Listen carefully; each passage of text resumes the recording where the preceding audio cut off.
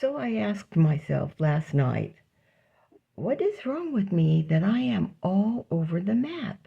I listen to my videos. Sometimes I edit a little bit the videos, but why am I all over the map when I'm telling my story?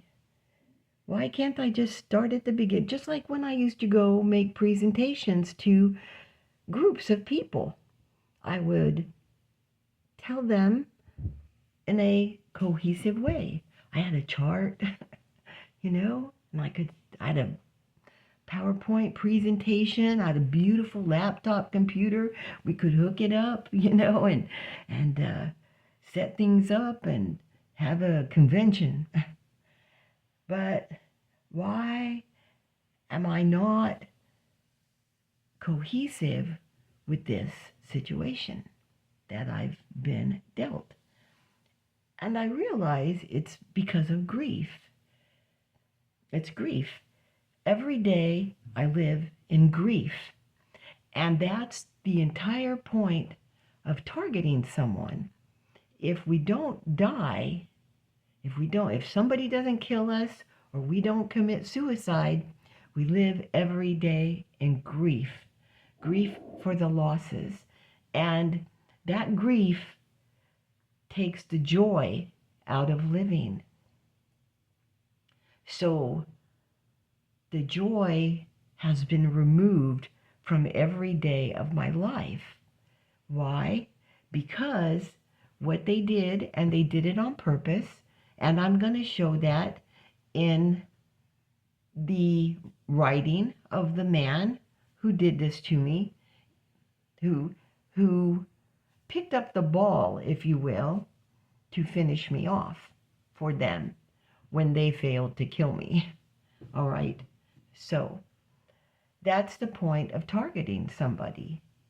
This is why when they target somebody with a professional hit, a militarized intelligence psyop used by the corporations, the insurance companies, to destroy somebody, hoping they'll commit suicide, which I did try 2 times after they were pounding on me for how long, had destroyed my career. Okay, so why do I go all over the map?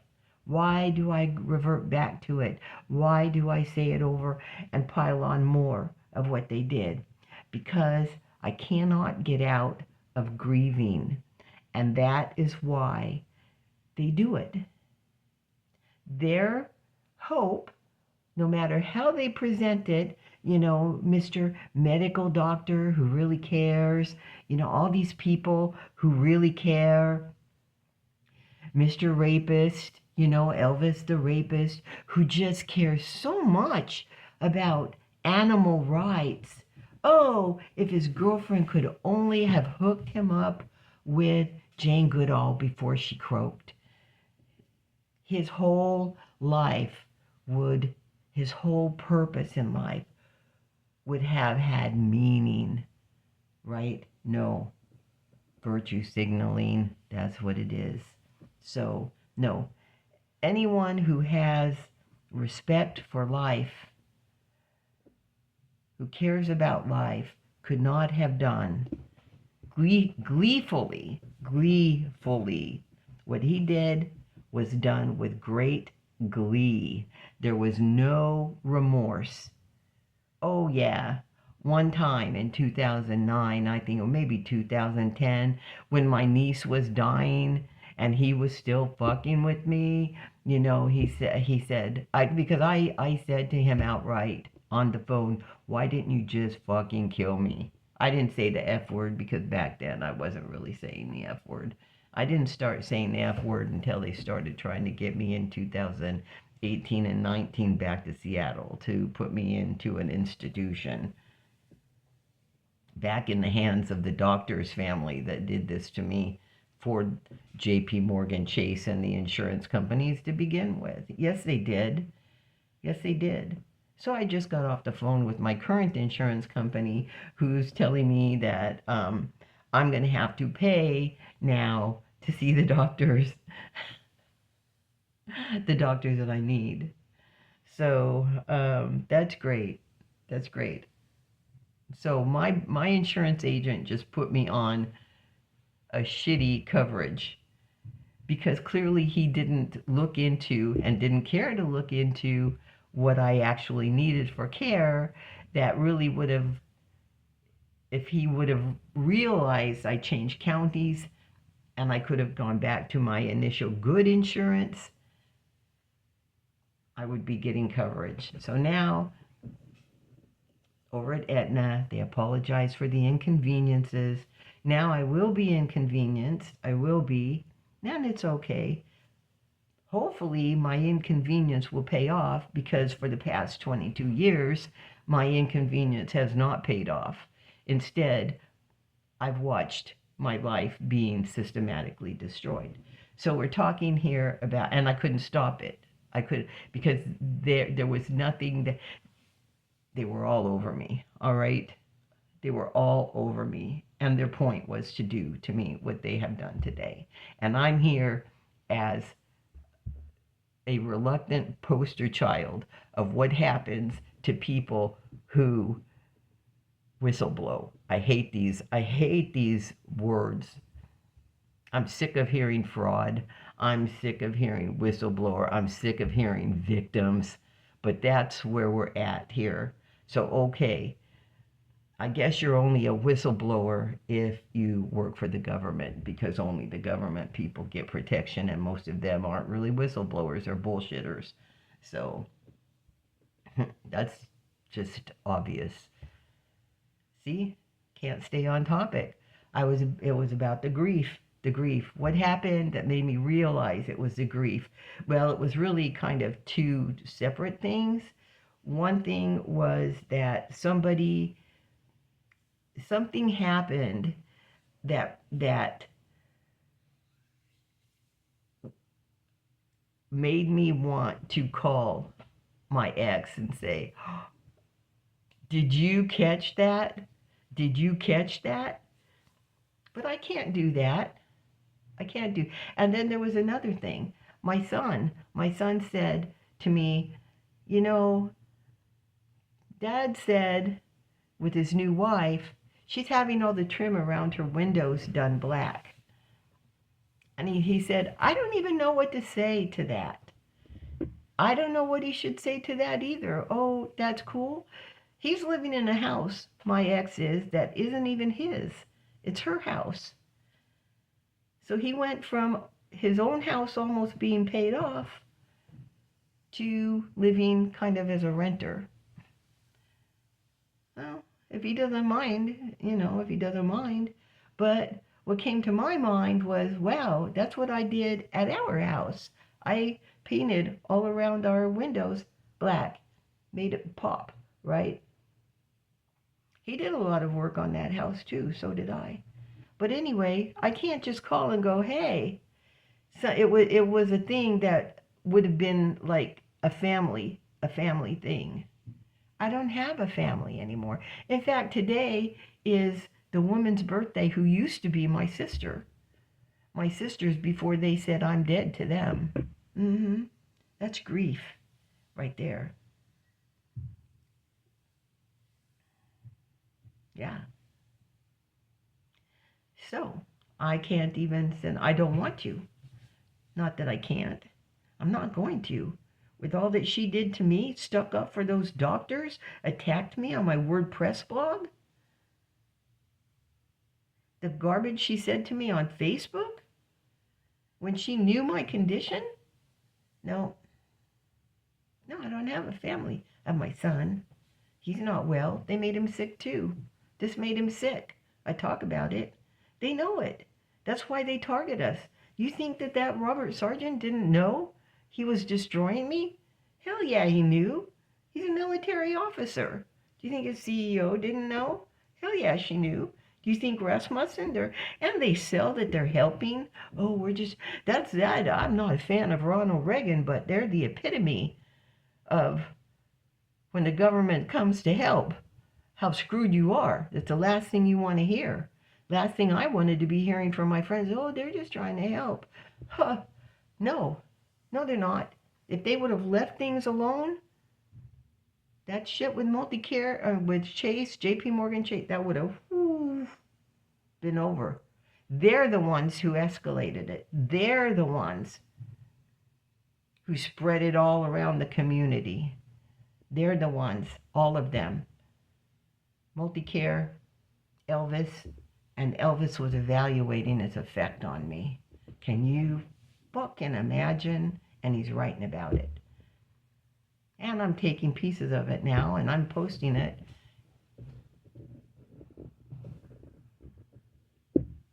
So what was the other thing? Oh, yesterday, this was beautiful. This was beautiful. Yesterday evening on, I guess it was on Facebook. Yeah, on one of the groups that I'm in. I'm in like an Art Deco group and a vintage and antique jewelry group and an Antiques Roadshow video was posted.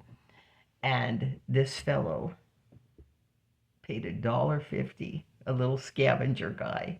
That's what we used to be. We used to be scavenger. Don especially, my ex, he would dig through boxes like crazy. He got me doing it. I would dig through boxes too. I'd find these really cool little like trench arts and just cool things. It's miniatures. We were very much into miniatures too, so I had typesetter boxes and we would put all these really cool things. I mean, I've got this cute little ivory netsuke. I had no idea it was ivory. I just figured it was some kind of resin, but white stuff sort of came out at the little rope holes. So anyway, but I still got a few of the cute things, but anyway, so okay, the Antiques Roadshow. This guy took this little purse, little handbag, and kind of looks suede-ish or kind of velvet, a little bit suede velvet. And it had this common in those days, like a basket of flowers on the front, and not embroidered. So okay, this little purse, he paid $1.50 for it. It was worth, she said, at least $35,000. The appraiser said at least $35,000. She would insure it for $100,000. I was like, from one scavenger to another, bravo. He started crying. He couldn't. That was changing. That's like every scavenger's dream come true. Don got mad at me one time because he actually found a crazy cat at the flea market and he didn't get it because I was like, Don, you gotta quit bringing all of the stuff in until I get it organized, because my thing was keeping it organized and displayed. My friend Linda said my house was like a curio cabinet, but I couldn't stand it just being all over the place. It had to have a place. So that was my job too, was keeping it organized. So, but I loved the stuff. It's fun, and I learned so much. I was our researcher also. I would get on the internet and research. So that was the whole purpose that we had the internet for. That and AOL to communicate with out-of-state family. But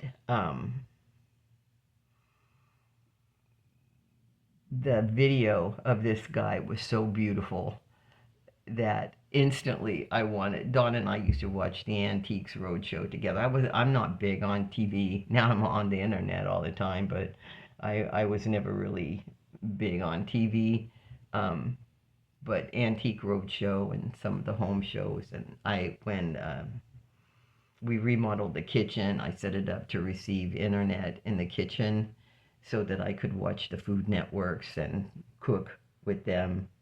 So, or at least have it on, while I was cooking or Dawn was cooking.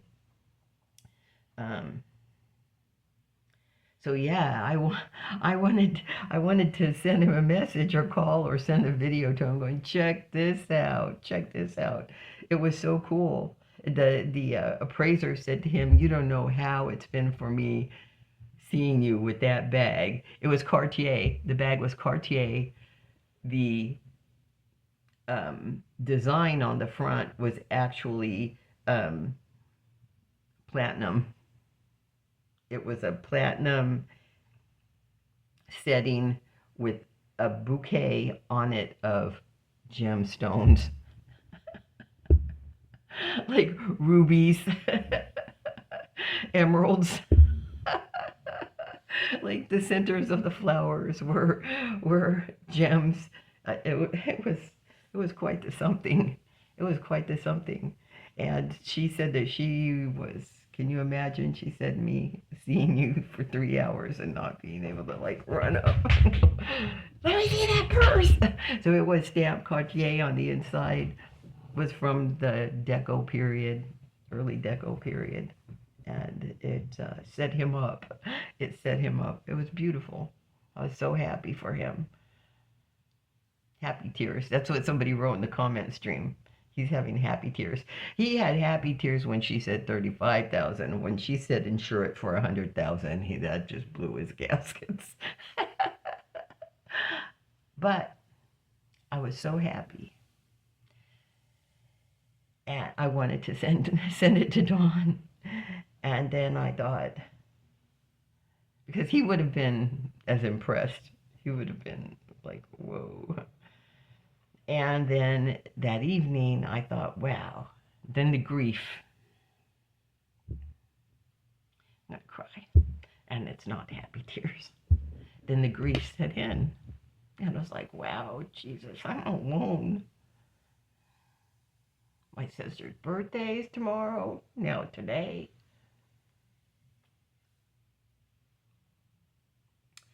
And, Dr. Grande did he posted one of his old videos, and his old video was about some distinguishable characteristics with Machiavellians, certain types of Machiavellians, and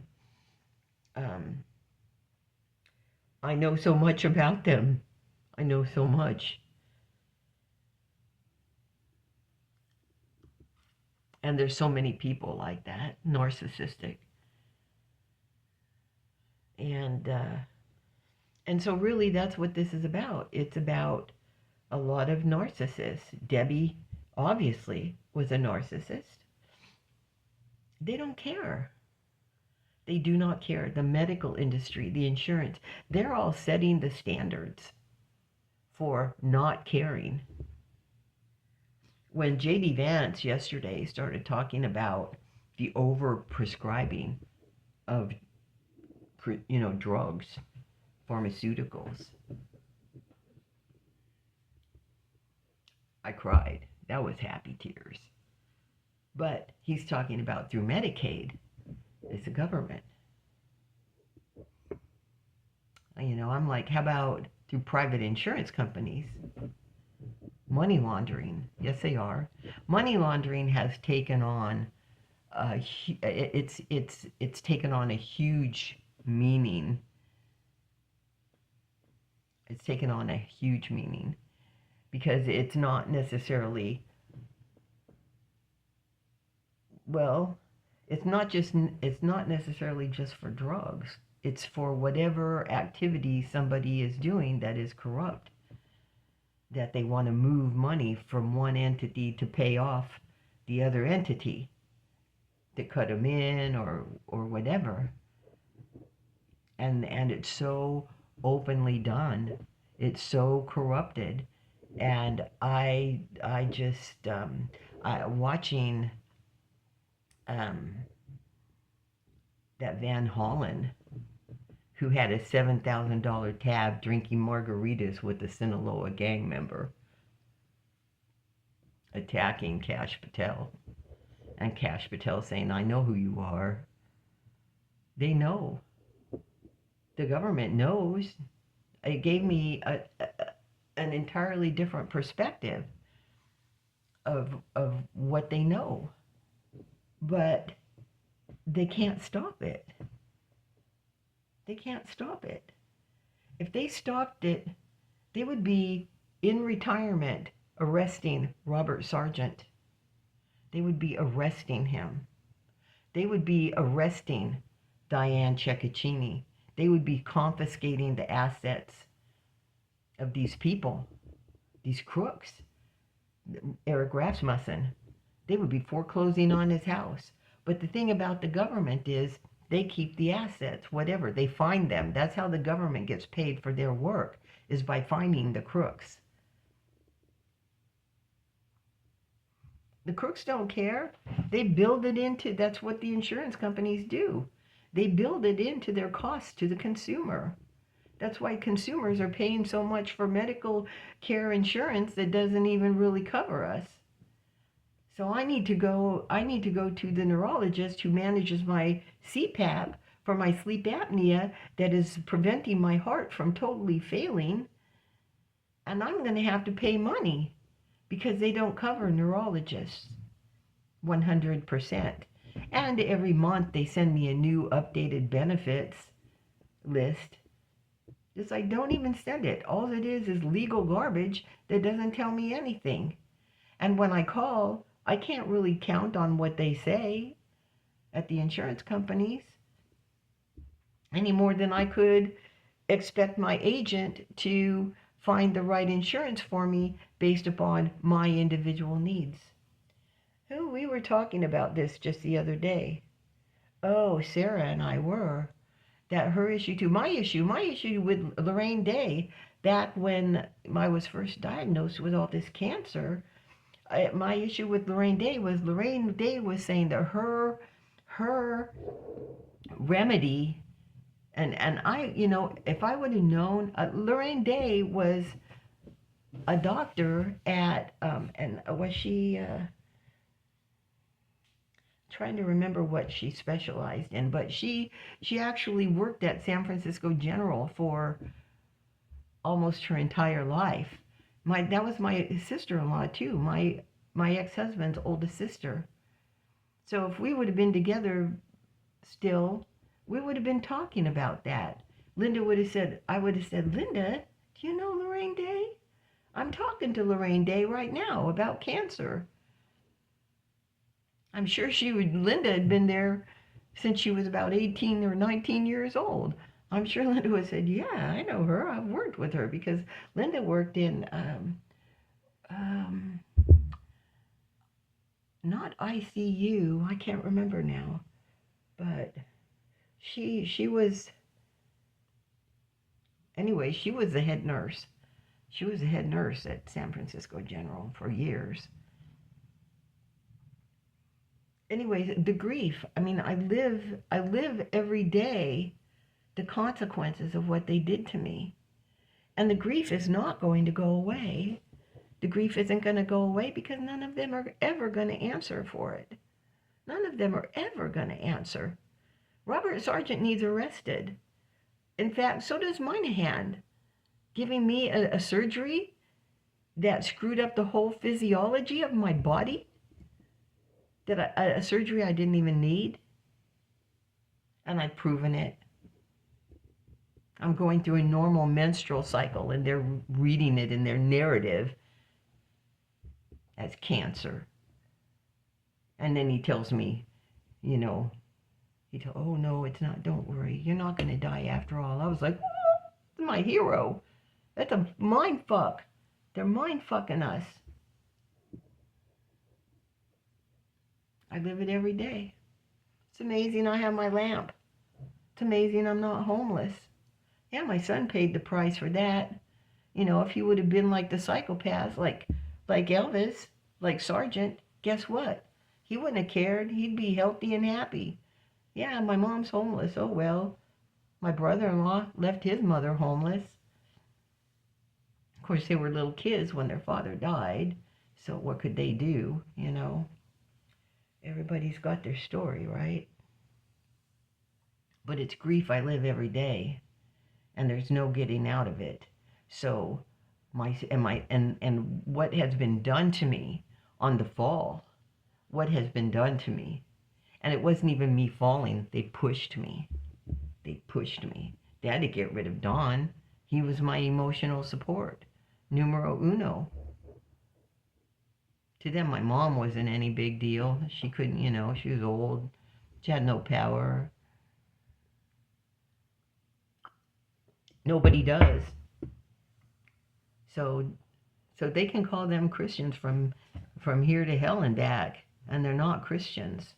They're egotistical. Elvis is everything described. Cash, watching that Van Hollen, Cash was probably seeing for the first time what a reptilian psychopath is like in Van Hollen. That's me speculating on Van Hollen. And he's not the only one in Congress like that. It is a fight against evil and the wicked in high places. Absolutely. And everybody, they're all fighting to get in the highest place. When I was looking at all of those suits, it was kind of funny. This guy was telling us a story about an LA billionaire who was being arrested and charged with witness tampering in a case where his fiance had, in business, screwed over a bunch of suits. So the suits were pissed off. They've got the power. They've had her charged for whatever, and the billionaire who's her fiance was talking to the witnesses, saying, how are you doing it? But and here he said to the media, he said, the billionaire, he said, I'm into women's rights. And I thought, yeah, that's how Elvis is into women's rights too, because his girlfriend screws over people for him. So she is the woman who he's really behind her rights. And I'm laughing about the comparison, because to these kind of guys, women's rights means women's rights to screw over business partners just the same way all those suits have screwed us over, and they are screwing us over. So the whole point is that I live in the grief every day. And, Elvis told me to stop acting like a victim after he raped me. And he was mind-fucking me on top of that, gaslighting me, call me at like 6:30 in the morning and wake me up, and then act like I was a piece of garbage because I wasn't sitting there waiting to grab his call or something, all night long. Oh, is he going to call me? Is he going to... No, he would not leave me alone. He literally drove me mad. There was not an aspect of my life that he was not fucking up. And it was all on lies. It was all on trumped up garbage that Multicare created, Robert Sargent created, to cover his own ass. And it's bad when our own military's like that. I told the woman today, if I could leave this country, I would. I'm telling people, don't come here. Not because I don't want you for a neighbor, but because you're going to hate it, just like the Muslim women who are outside of their culture and isolated. And that's, what psychopaths want. They want us isolated, and they control us. And if you don't abide, if you get mad because they rip you off of $27,000 so that they can fund the money launderers' loans, when you don't even know. I didn't know I was working with money launderers.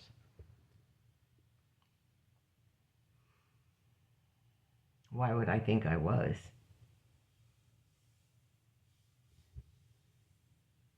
Anyway, so it's grief. It's grief, and it's grief about what all the systems do to people who are becoming down and out. Cynthia, Cynthia Sobey. You know, I was really nervous about saying anybody's names but I've got the reports. Cynthia Sobey from the health department. You know, when I saw that Elvis was getting his license to teach continuing education, and that's how he got his sinkers into me, was through continuing education. When I heard that he was, and I don't remember how I heard it, but always, you know, people tell me or whatever, or I look him up. He's online. All his smut used to be all out there, so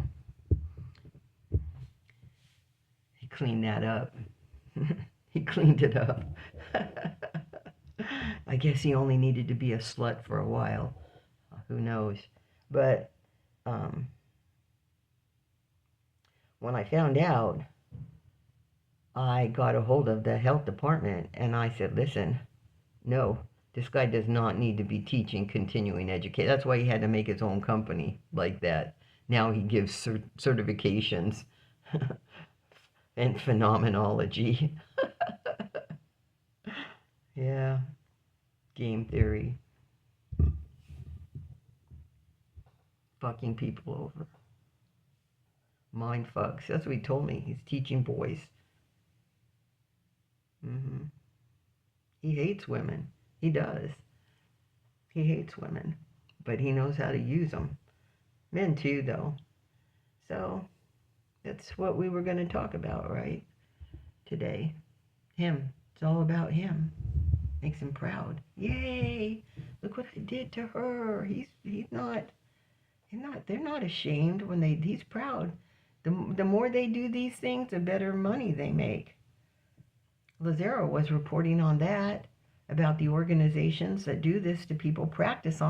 They hire people just for them. That's what the FAA did with me. Concept Solutions sent me over there, and inside the FAA employees were practicing. Fucking with me. The better they get, the higher up they go. Yeah.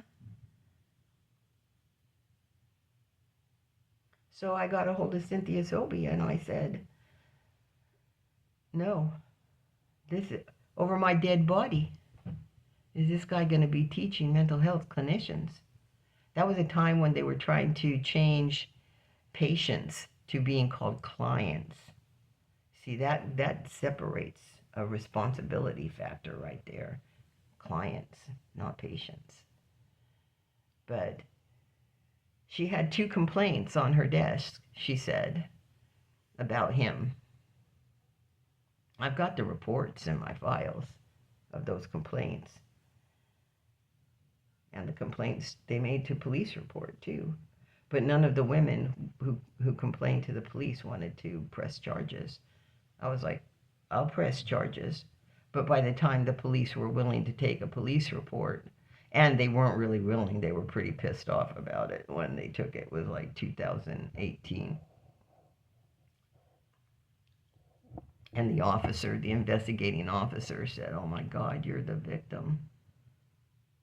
Yeah, no kidding. Nice. How come you didn't interview me 8 years ago when I was trying to contact you? However many years ago it was. Yeah, it would have been that long ago. Yeah. So back to Cynthia Sobey.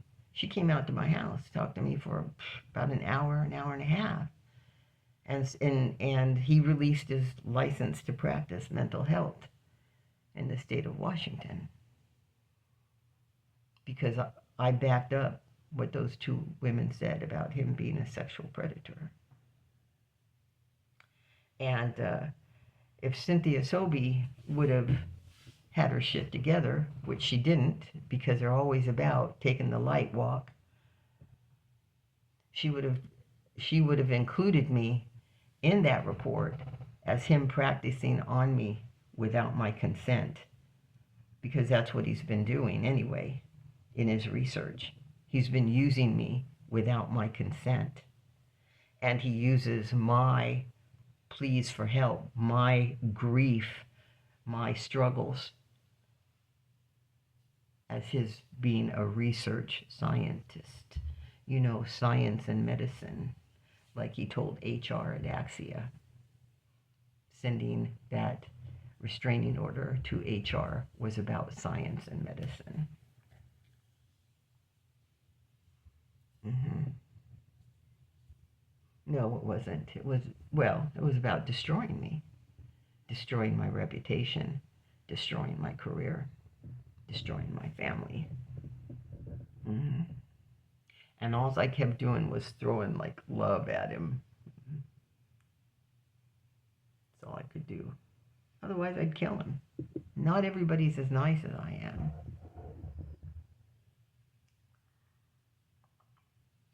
But Cynthia Sobey only did her job half-assed. She should have spotted it right there. She was supposed to be experienced. She's like, man, he's practicing on you without your consent. Yeah. Nobody identified it with me. Nobody. Nobody. When Char McKinley at the King County Crisis and Commitment Services, when he told Char McKinley he was going to shoot them, the ladies at King County, Char and the ladies at King County Crisis and Commitment Services, because they believed he had raped me. They were the first ones who believed it because they came out and they spent time with me. They did not think it was associated with the multi-care chase stuff. They believed I was just traumatized by what he had done to me. Everything else I had under control. They watched me take, they came out unannounced. He sent them out to my house because he was worried that I was going to kill myself over him, when all I wanted him to do was leave me the fuck alone. And he wouldn't. Send me an email saying, from Jane Austen, playing Mr. Darcy, sending me hearts with one of the, from one of the videos that I watch of Cosmos. Yeah. Told Jerry to tell me you love me. Yeah. Because that's what you do when you love somebody. You destroy them. Told me to call him Jesus. What's that mean? He's going to die for me? Right. No. What he meant is he's going to destroy me. Oh, now we're building me back up. No, I said to Jesus last night, I said, this Isaiah 54 that I threw in his face and made him read to me there after he raped me, it can't happen. It can't happen. I'm too old. He kept at it too long. I survived too long. If I would have disappeared into homelessness, that would have been the end. If I would have killed myself, do you think he cared? He didn't care. And I wasn't doing it to make him care. You can't make, nobody can make somebody like that care. He's like a robot. He's a robot. Dr. Grande's discussion on how they think is very, I was listening to that of Dr. Grande's and I thought, man, it looks like he's applying for a certain job. With that one, that's like a white paper there. That's like a thesis. He was giving a thesis on Machiavellians. It was pretty thorough. But Char McKinley, when her people came out unannounced on a wellness check because Elvis had called and told them I was going to kill myself, that was in 2011. Oh, this is a good one. This is a really good one here. In 2010, when I was going through cancer, he called me and he said he had hired a conflict resolution specialist and she was going to help us resolve this conflict. Okay, that sounds like a good thing to do because there's definitely conflict going on here. And he wanted to know who my priest was or my clergy. And they would work with my church too, this conflict resolution specialist. And I told them. And instead, they made my clergy was a PhD, so she was a snob. So of course they were able, him being a PhD, they were able to appeal to Marta's snobdom, and they destroyed my relationships in my church. Not that multicare hadn't already destroyed most of them, but that really cut things between me and the people who baptized me. But the conflict resolutionist was his girlfriend. And she called me on the phone with Scientology tactics. This is Scientology, MK Ultra, all of that is Scientology, really. Mind fucking. Building your resistance to criticism, if you will, by attacking you. I saw that when I went to a meeting in Scientology in something like 1973 or 1974. So she called me. She never did say her name. She never did say her name. Her name was the person who had been following me on LinkedIn since 2009, since Liberty came and got us all hooked up on LinkedIn, which makes it easy for them to follow us, which I've used too to follow whatever happened to Port Clinton Credit Union. And I followed it all the way to Tacoma, Washington, and showed Judd and Mike how they did that money laundering, or whatever you want to call their making tons of money while destroying the institutions they work for.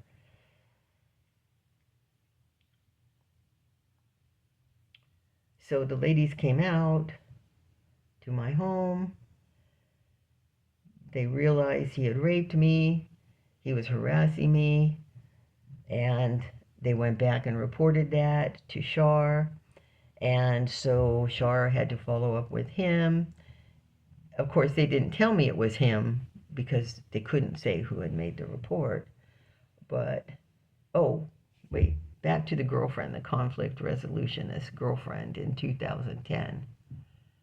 She called me up and she told me everybody hated me. Everybody hates you.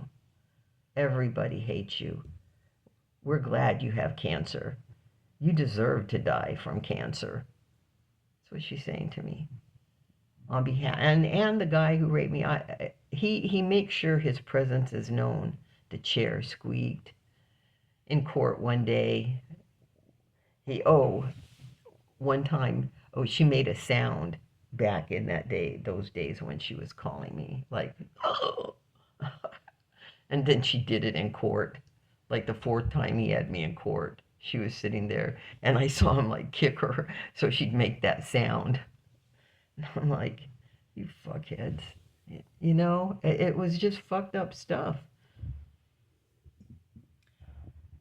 So in 2011, it was the King County Crisis and Commitment Services. And this woman, whose name I didn't know, was lying for him. And they knew it. The report says it. I've got the report.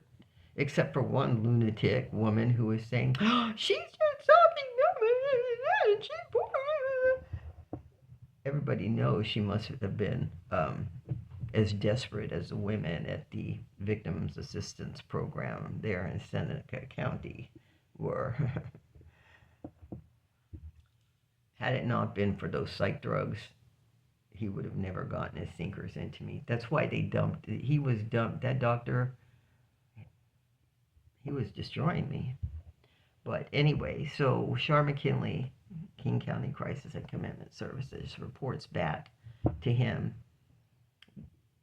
We believe her.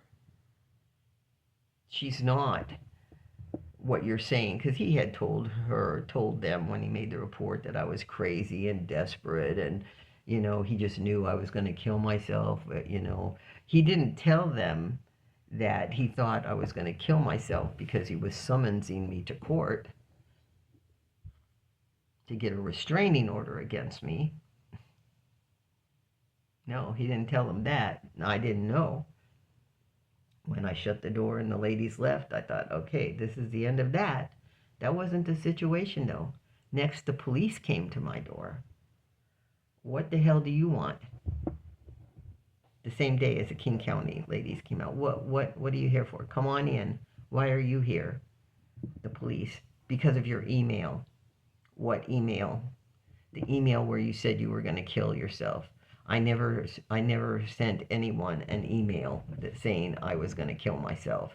What are you talking about? Do you have a copy of that email that you say I sent? Who did I send it to? We don't know. We don't know who. You don't ask for that shit. You just respond, come out.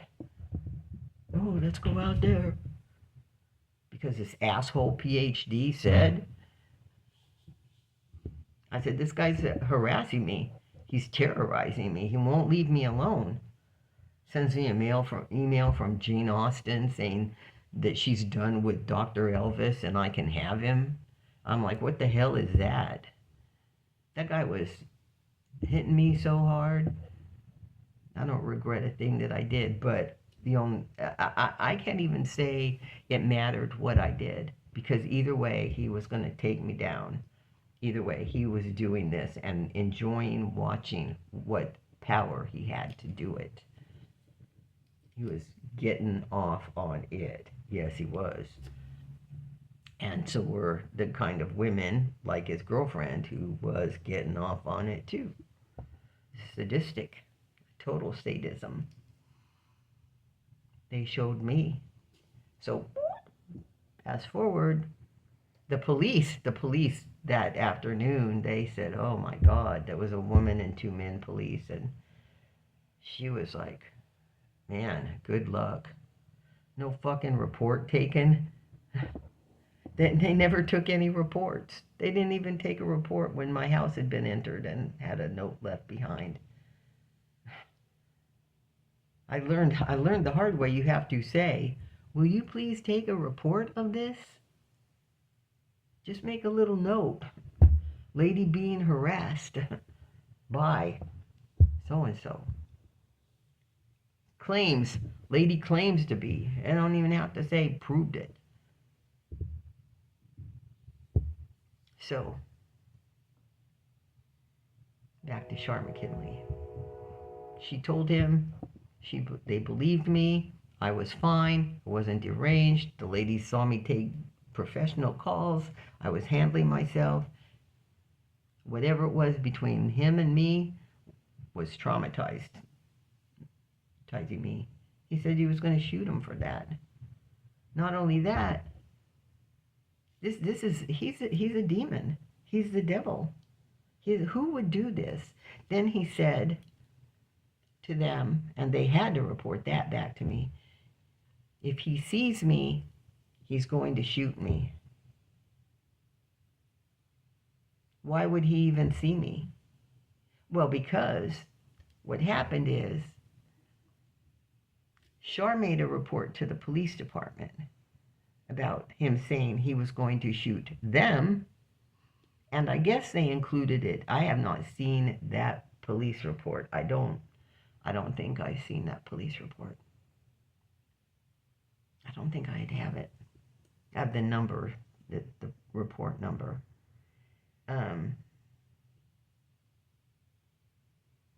But the cop never called me. They never called me to ask me about it, to ask me what was going on or anything like that. But, so, okay, Shar let me know. He says he's going to shoot you. Well, I don't have to worry about that because he's not going to be seeing me. He hasn't been seeing me. He hasn't been seeing me at all. So I don't have to worry about it. But thank you for telling me, so I know. If I see him, I'll be like, oh, gotta go. You know, so, but I didn't plan on it. He was on Mercer Island. He was in Seattle. He wasn't in Kent. My business was in Kent, Auburn, South County, primarily. So it's overwhelming. It's overwhelming. 3 days after Shar told me that, I got a summons at my door. Okay, cops have been here. King County to do a wellness check has been here. Now who's this here? Usually people call before they come over. I open the door. I'm being summoned to court for a restraining order in Seattle. He's going to see me. He's making it so he's going to see me and he's going to shoot me. Boo! I'm calling the courts. No, no, no. They said, well, if you don't show up, he's going to get this order against you. Well, the fact of the matter is, if you show up, they're going to give him the restraining order anyway. It didn't matter. And that was Judge Cotto. And he disgusted her. He disgusted her. She knew exactly what was going on. And she said to him, in 1 year from now, she said, I'm going to give you a 1 year restraining order. And in 1 year from now, she won't know your name. So, but he wasn't going to let that happen. Oh, no. I wasn't going to forget his name. In fact, he sent a message in probably 2019 or 2020. Told me to be sure to spell his name right. You know, because of his death sentence. He put himself on a death sentence. I'm executing him. You see, if I try to get closure from this, then I'm executing him. No, he executed himself. That's mind fucking me. He destroyed my life and mind fucked me into thinking that it was my responsibility to save him. Is that what he thinks love is about? No, he's got his girlfriend to do that, and they can together.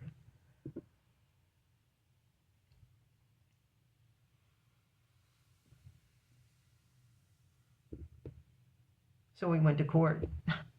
That's when he didn't spell her name right on the paperwork. He didn't even know how to spell her name. There's women on the internet who's talking about how awesome it is to claim she's got a relationship with an avoidant personality. And step number one is be a doormat for the guy. Don't expect a thing from him. Don't even expect him to know how to spell your name. He probably doesn't even know how to spell that dumb bunny's name. And she's going, I've been screwed over by so many avoidants for the majority of my life, and I finally figured out how to keep one. Whoa, lucky you. How often do you get the flowers, the diamond ring? Huh? Yeah, never. How often does he show up for dinner? Never. She's like his main supply. She's selling him on the internet like a psychologist. She won the prize in the Cracker Jacks. But he's a bum, too. We don't talk about that. Yeah. I'll bet he's making her dirty. You bet. You bet he is. Pitiful. So at the hearing, at the first restraining order hearing, because there were many hearings. Um, this woman, this gladiator, is they're walking towards me as we're waiting in line for the courthouse to open, and I'm thinking, shit, he's gonna shoot me. I didn't say shit back then. And this woman has a legal size manila folder over her head, covering her face. She's claiming I've been stalking her. So if I'm stalking her, physically stalking her, I would know what she looked like. And she's trying to cover up her head so I don't see what she looks like. All right. It's not funny. It's not funny. None of it's funny. Only what's funny is what clowns these people are. All of them. So the judge really didn't want to issue the restraining order. And of course, but then she accepted their evidence of the 100 crossed out to 500 crossed out to 6,000, however many voicemails and emails I blew up his phone and his emails with. I don't regret it. I hope he lost thousands of dollars of business, because he cost me hundreds of thousands of dollars in income, in assets that I already had. I'm not materialistic, but I had diamonds. We had a safe, a huge Liberty safe downstairs that I ended up having to sell the safe to. I was selling stuff left and right, trying to save my house, trying to pay for my medical care, because my insurance companies threw me under the bus, and we didn't have affordable care. Not that it's ever become affordable. Right now, I'm not going to be able to see doctors because this new insurance company my agent put me on isn't even covering what my needs are, and I can't come in with cash. I need to go to the dentist. So really, it's not care. It's Aetna. It's not care. Any more than Blue Cross Blue Shield or Geico. So this is grief. Yeah, we had a safe full of coins. Dawn took a lot of that, and that's fine. Stacks of $100 bills. Keep cash on hand. Guns. He collected guns. We used to go shoot them. We had friends with 20 acres up in the gold country. Gold. Dawn had gold, had nuggets that big. That big. We had a good life. We built a good life. So I'm the poster child, courtesy of J.P. Morgan Chase and their money laundering, and Countrywide and their money launderers too. What the fuck was it to Lynn Luce? I didn't do anything to her. Yeah, she got married real fast when the feds started coming in and looking at things, because guess what? Once we got a license, she got married. That's her pragmatic. That's her narcissism. She got married because she needed to change her name. I saw right through that. Yeah, suddenly she's getting married. Now all the applications will be signed with a different name. That's my opinion of it. What was it to her about me? It was none of her business. She was mad because I was making more money than she was, and I was making it honestly. She was mad because the kind of crappy business she got had to be fudged legally. Her uncle was a lawyer, so she could use him. She answered his phone.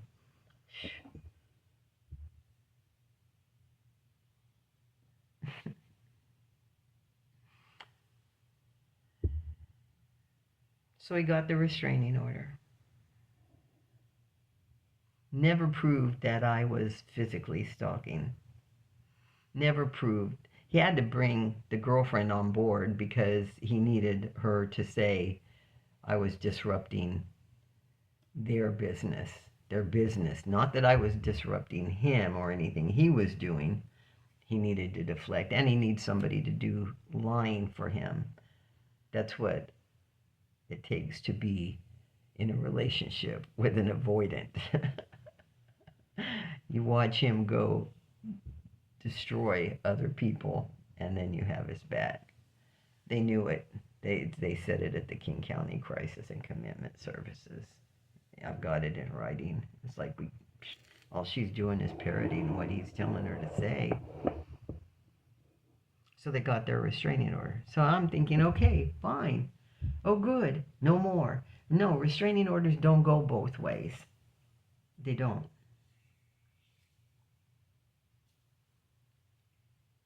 So, okay, it's over. 2011. It's over.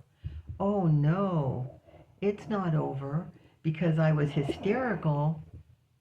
I missed a small print in the summons to court, and I sent copies of what I sent to the court, telling the court, I don't want to come to this hearing. They're going to shoot me or whatever nutso I was saying in my hysteria. So this is how to take someone down. That's what I'm telling you about right here.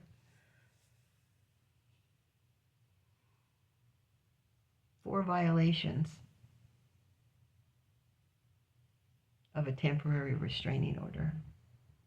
Because I was responding to the first summonsing me to court, and they provided a temporary restraining order in that summons until the permanent one could happen in court, if it happened in court. Well, it was going to happen in court, and it did happen in court, and he didn't shoot me. I've written now on my post about how things went down that day. When I showed up, they pulled in right behind me. When I was at the meter paying for parking that day, he came and he stood right there so that I could see him. I was terrified. I thought he was going to shoot me. He knew it. He knew it. I waited. Once the hearing was over, she gave him his restraining order. I waited in the courthouse for like 15 minutes, giving them time to get out and be gone. I went out to the parking lot. As I was exiting the parking lot, there they were, both of them standing right there at the exit, because there was only one exit in that parking lot. What did he do? He pushed her in front of my car, the Ford, my Ford. I love my Ford. Pushed her in front of it. So I couldn't leave. That he was preventing me from leaving. He was daring me to run over her. She would have deserved it if she would have been run over. So what then, once she was stumbling in front of the car, he saunters on past, wanting me to look at him. I was not going to look at him. I was just going. As soon as he passed, I mean, he could only, without stopping, without literally standing there, he had to keep walking because he's just so cool, you know. I got to leave. So, okay, this is done. All right, finally, it's over. Oh, no, it wasn't over. Here comes it was probably 3 months that it took before the Seattle City Attorney's Office sent a court summons, 4 counts, like felony violations of a temporary restraining order. 4 counts, because I wrote one hysterical letter to the courts. Then after that, I wrote a second hysterical letter to the courts. And then I mailed the first one to him, one to her, at the address that was on the summons, and one to him and one to her of the second letter that I sent to the courts. And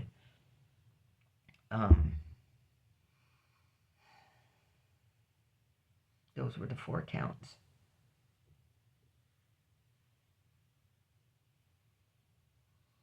The summons told me to send copies to that address, but on like the back page was small saying do not send anything to this address. Will forwarded, which was not even true, because when I tried to overturn the restraining order, the court said, no, we'll be sending this out.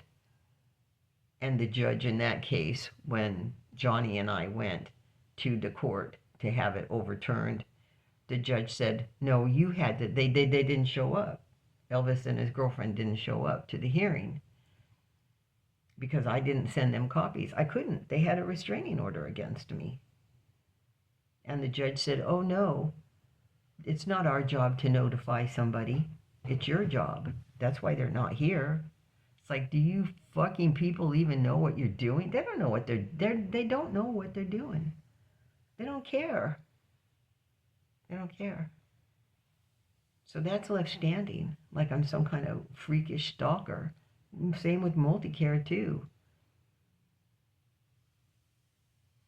But yeah, the only reason I did not go to jail, I was facing 4 years in jail. And the company I worked for, Absolute Pinnacle owned them, just screwed me out of like $23,000 in commission. Every check I had with them was a fight for what I was supposed to get paid. Every month they were changing how they paid me. Yeah, that old cripple over there in Bellevue, he thought he was privileged because he was crippled. He was a crook. They were all pissed off at me. Why? Because Multicare and Elvis were making sure they stayed pissed off at me. They should never even have been pissed off at me to begin with. They should never. I had nothing to do with that money laundering shit. See, I'm cussing. Oh well. If it's good enough for Jamie Dimon, it's good enough for me. He's over there cussing his butt off. Nobody wants to come to work. They're out being affiliate marketers. That's where they're making their money. They're sitting on the beach copying and pasting all my stuff and making money off of it. And your stuff too. If you're on eBay or Etsy or anything, they're over there copy pasting and selling it for more money. And eBay and Etsy are paying you the peanuts you're getting for it and charging you too at the same time.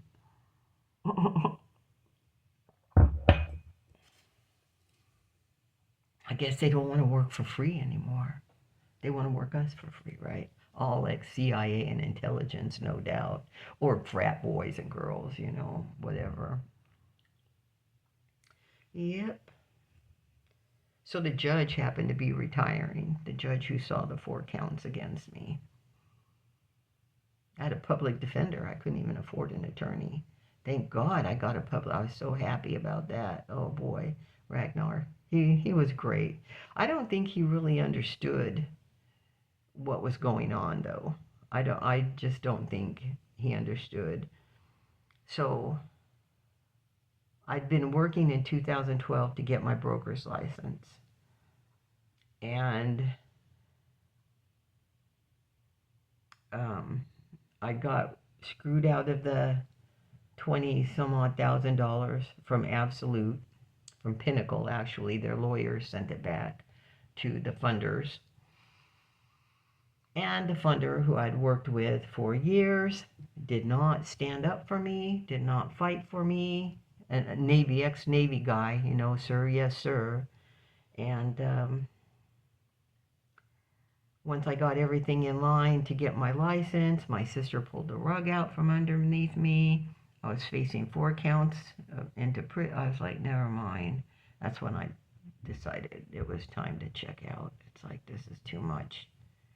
And you know what would have happened? What Elvis would have done was made Multicare's dream come true, because that's what Sargent always wanted to say, was that I was unstable.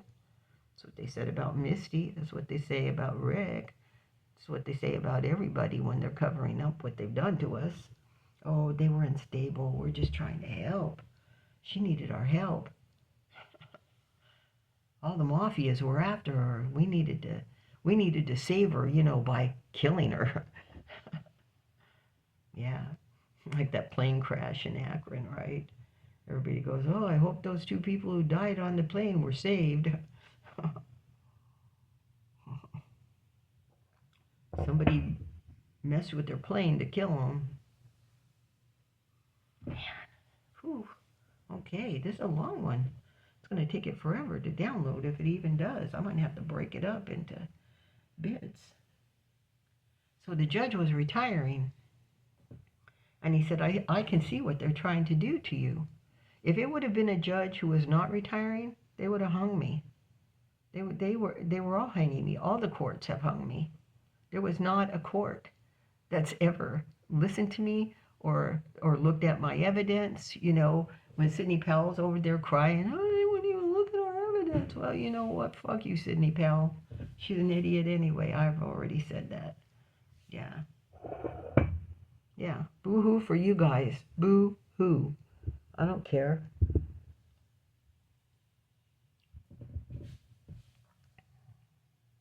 So the judge said, I see what they're doing to you. I'm going to make some changes because they're trying to set you up so that they can arrest you have you arrested for stalking, and you're not even going to know who any of these people are.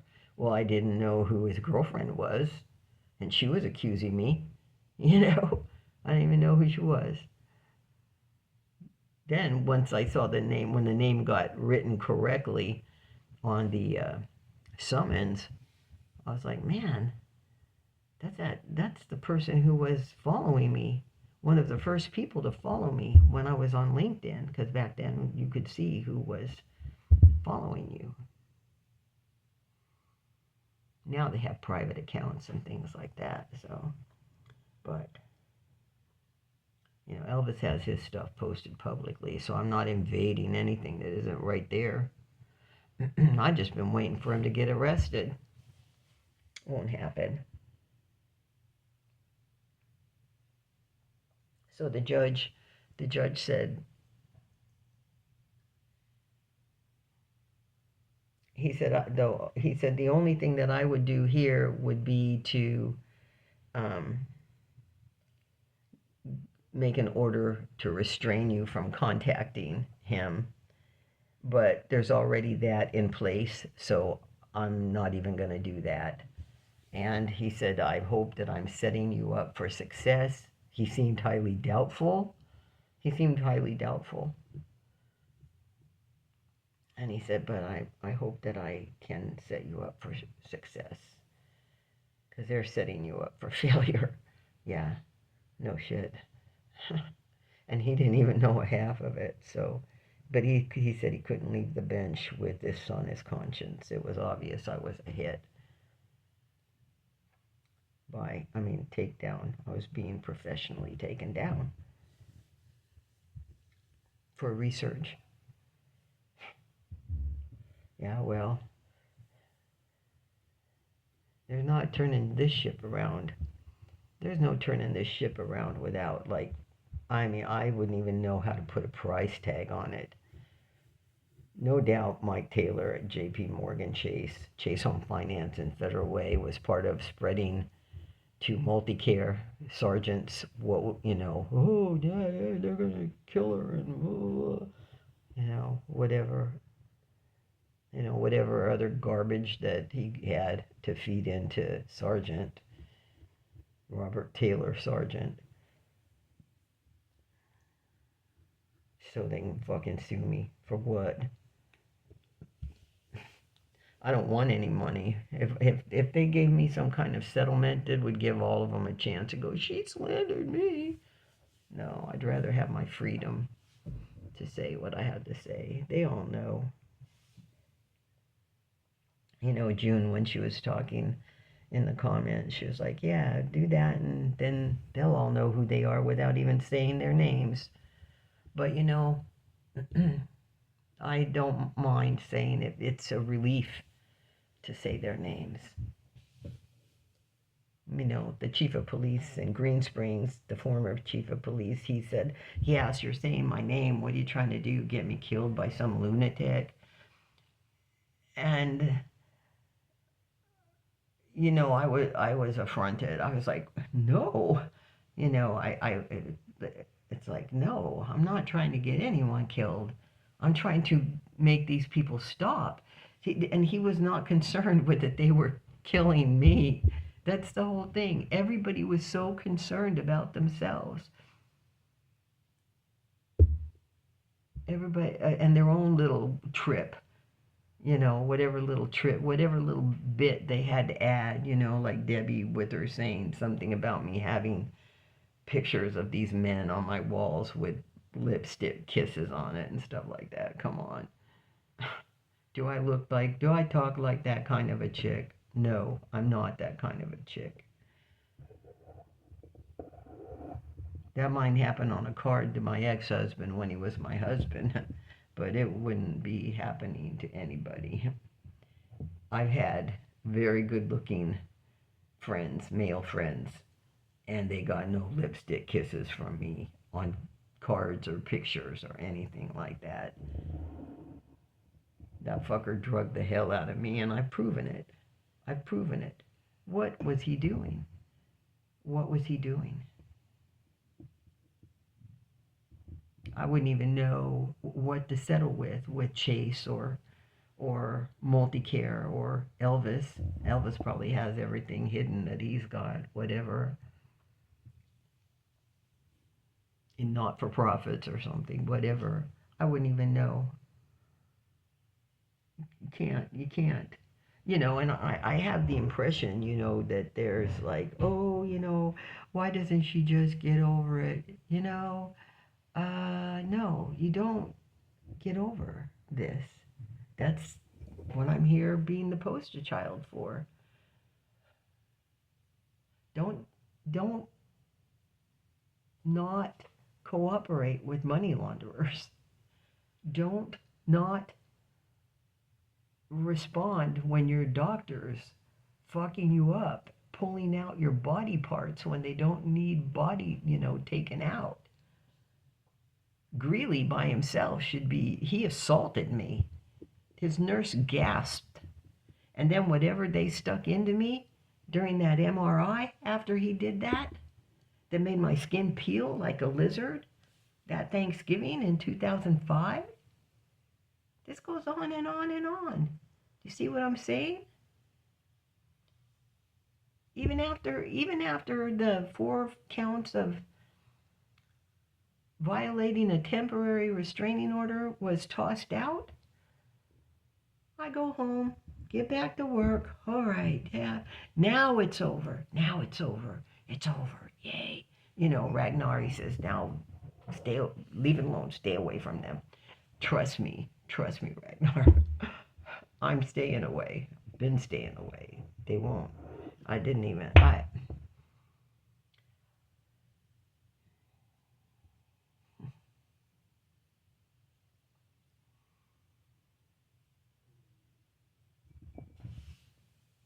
No, he wasn't done.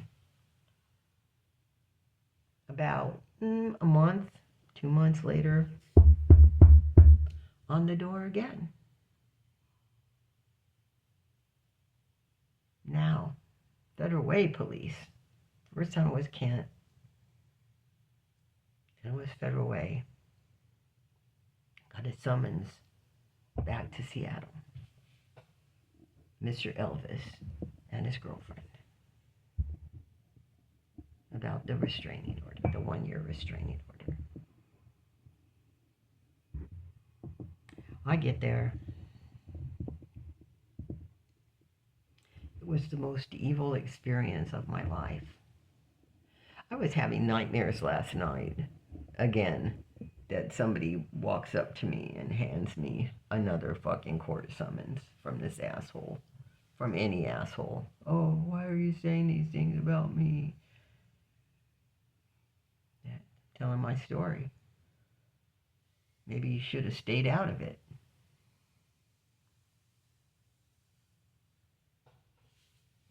Yeah. Who are you going to sue?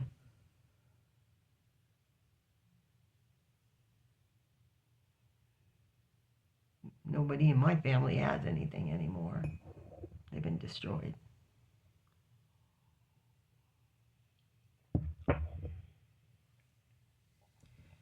So I go back to the court again.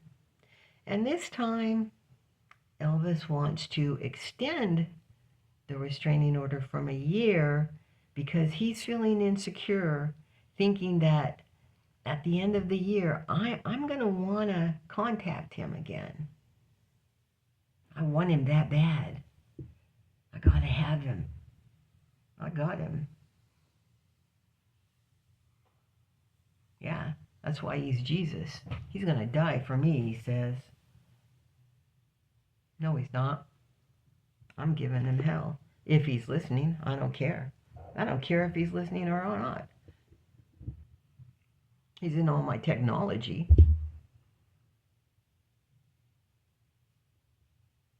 But that's not stalking. I'm sure that's a defense, a protection mechanism. He probably has a PI, protecting him, or an executive protector protecting him, his people, making sure I don't violate those restraining orders. So, okay, we're back in court. He wants a lifetime restraining order. The 1 year is just not making him feel safe enough. He needs that little paper saying, no, he didn't. He just wanted to have a reason to be in front of me again, to show me his big dick. Because, he told a mutual acquaintance that he was going to save the world with his big dick. Okay. Talking about a clown. So, we're there. He's got that little pup, a cute little pup. And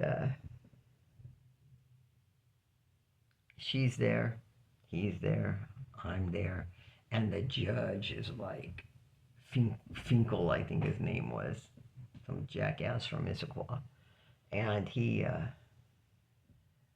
that's when Elvis kicked her and she made that weird sound that she made. And I'm like, you people, there's no end to your fucking around. And I'm telling you what, that Finkel guy, he was practically salivating over Elvis. He was like leaning over the bench, just like couldn't get enough of him. This is true. Elvis hypnotizes. He uses his voice. He's got voice control. That's what happened. That's how he was able to rape me. I even lost sense of time, and he was laughing after that because I thought I had been to his office condo on Capitol Hill twice.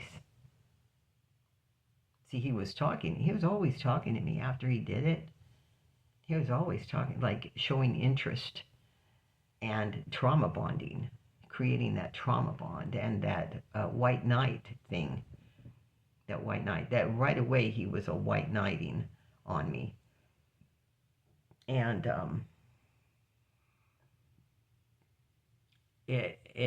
I must have, he hypnotized me. And in a way, what he did to me was kind of like the night of the Ambien. Like there were only segments. Like there were segments missing. That's what I'm gonna say. That's the only other time I've ever experienced that in my life, was with the Ambien and in his condo at that time. How things progressed there, how he got me in that position, if you will. Yeah. Pooh.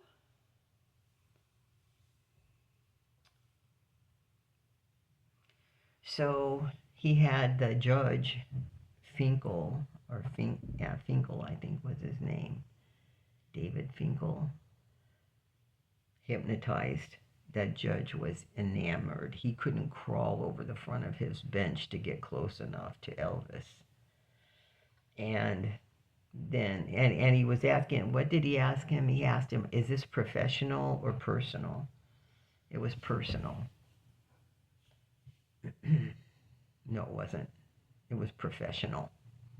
Of course, he couldn't say that in court. but not that that judge would have cared. I think if he would have said it was professional, he would have admired it even more. He would have kept his number in case he ever needed him. That's how corrupted they are. So he turns to me, the judge, and he says, really like he's being sympathetic, but he was being so facetious. And he said to me that he thought that a lifetime restraining order was just not right. That it was just wrong. No, we don't need to restrain you for a lifetime. He's like really commiserating, comforting me. No, we don't think that about you. And he goes, let me look at my calendar. And he goes to his desktop, right? And he starts looking at it. And he turns around and he looks at me and he goes, what do you think? What if I give them the restraining order until December 29th, 2099? That's not a lifetime, is it? I never thought the guy was going to do me a favor anyway. I mean, if any of them were seeing this and not throwing it out, the very fact that he was slobbering all over Elvis was like, yeah, this guy, anything this guy's going to do, he was trying to impress Elvis, was what he was, just a sadist, which most judges are, sadistic. They have to be. That's why they don't relate to victims unless it's to virtue signal. If they have to virtue signal, they're gonna do that. But they hang with the predators. So anyway,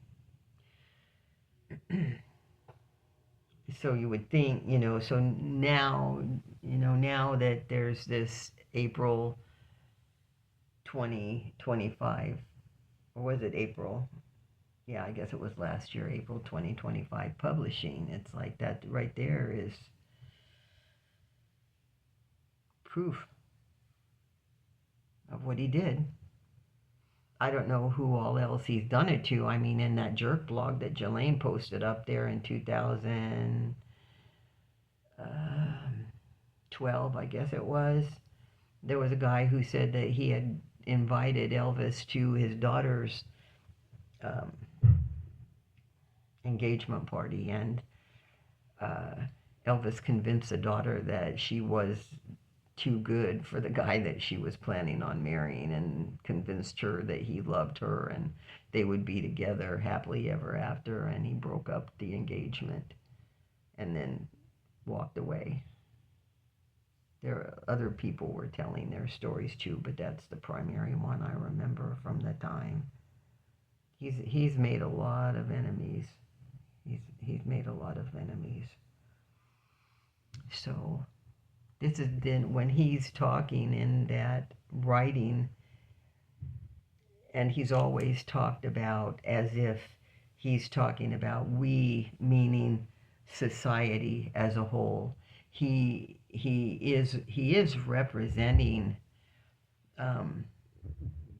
that part of society, which is enormous right now. I mean, it's just, and I guess it always has been, go back to Jesus, and it's just our job, man. And I'm sure that's what he'd say. It was just my job. They paid me. And he's talking about himself. When he'd ask his girlfriend on that talk thing that he had going on, and he'd ask, do you think we're ever going to stop being violent? And she'd be like, well, no, because we eat the animals. We're eating animals. We're violent. She's not. I'll bet you she has McDonald's burgers behind his back, like the girls in high school who would hide that they smoked from their boyfriends. Here, Judy, put my cigarettes in your bras because I don't want my boyfriend to see them when he's squeezing my breasts. He doesn't want me to smoke. Yeah, she's a closet burger eater. But they're talking about themselves. I don't believe for a moment that there won't be another knock on my door. I don't believe it for a moment. With some bullshit from it. Or any of these people. I've never really publicly spoken about it this way.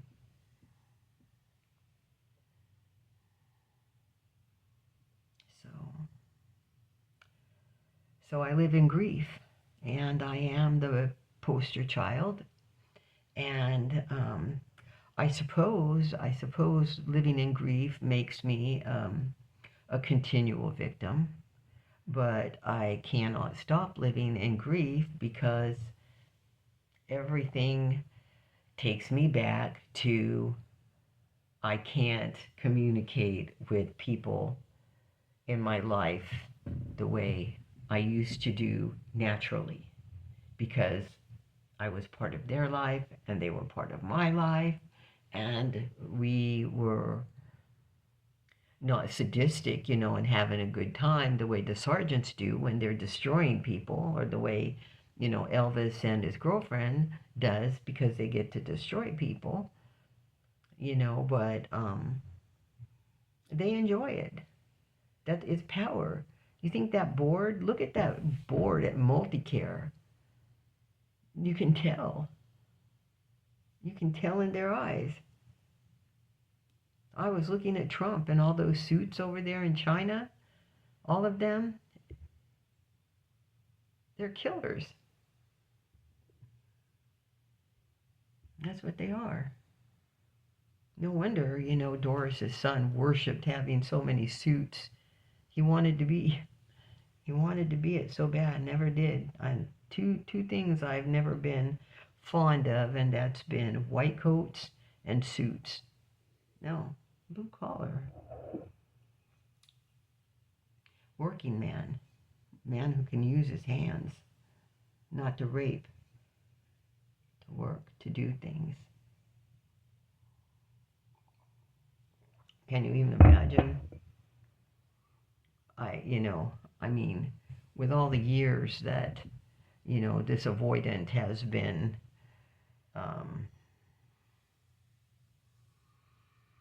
stalking me.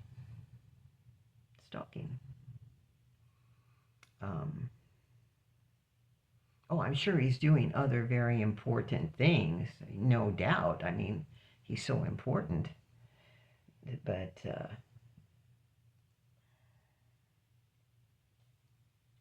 you imagine him working on a car like I do with my Ford? Or pilfering through boxes looking for treasures like the guy who found that $100,000 Art Deco little bag. Got it for $1.50. Yeah, Elvis can dream of being that way, but he's not personable. He's not personable. My ex-husband was personable. He did not like being social, but in a social situation, he could turn on the personable. And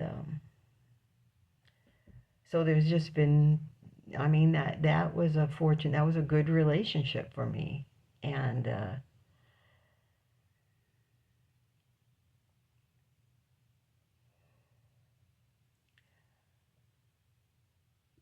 somebody who, this here would be my type of thinker. Frank Brown. He was married. You know what I mean? And he was a lot older then. He was like 72 back then, and I was just barely 50. So I've never been, into daddies. Don would call himself the Big Daddy. So I'd say, okay, Big Daddy. So I was shocked when I called Elvis Daddy. I can't remember why I called him that.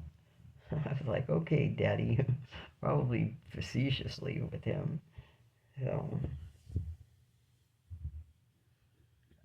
the trauma bond is something else. Even now, there is like, with all my realizations, that's flooding back for me. Um, the trauma bond remains, but I'm cohesive enough to understand that trauma bonds are not love. Being dependent upon somebody who has totally nuked your mind is not love, right?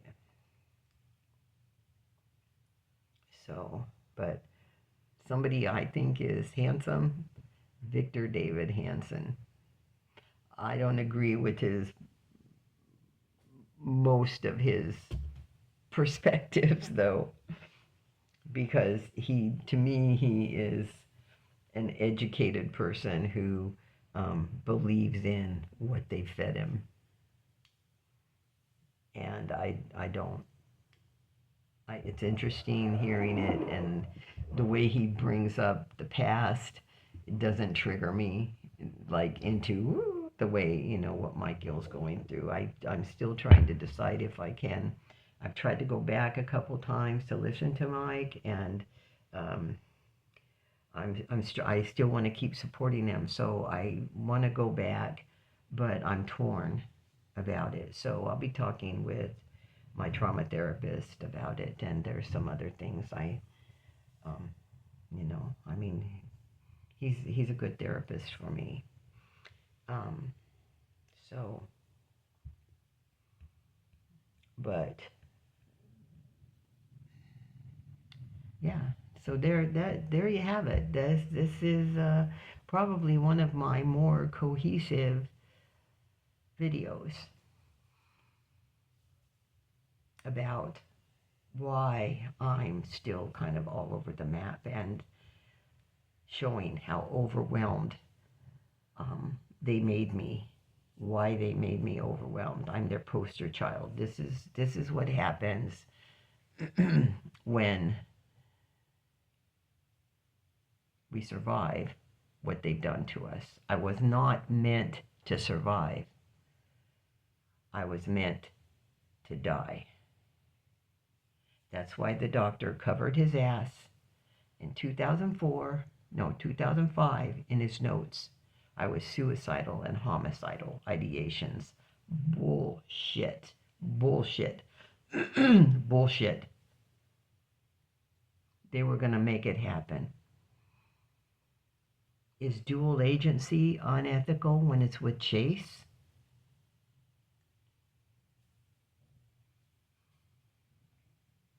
Yes, he said.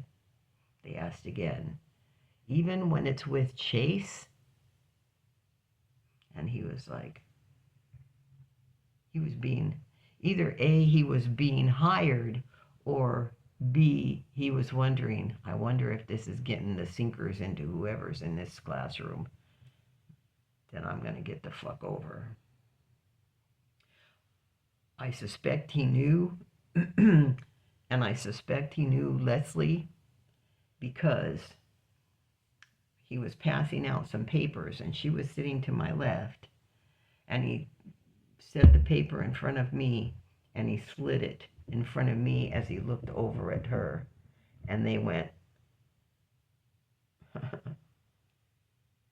they had some kind of thing. Well, I thought, oh, he must be hot for Leslie, you know what I mean? But at the end of the class, that was in 2007, at the end of the class, he wrote his number on the board. And Leslie leaned over, surly bitch that she was, and she goes, there's your number, Judy. Did I grab my paper and go, ooh? No. Because I was thinking, I want to know where this guy got his idea about doctors and lawyers. Who knew he was a lawyer? And a mindfucker. And a chauvinist.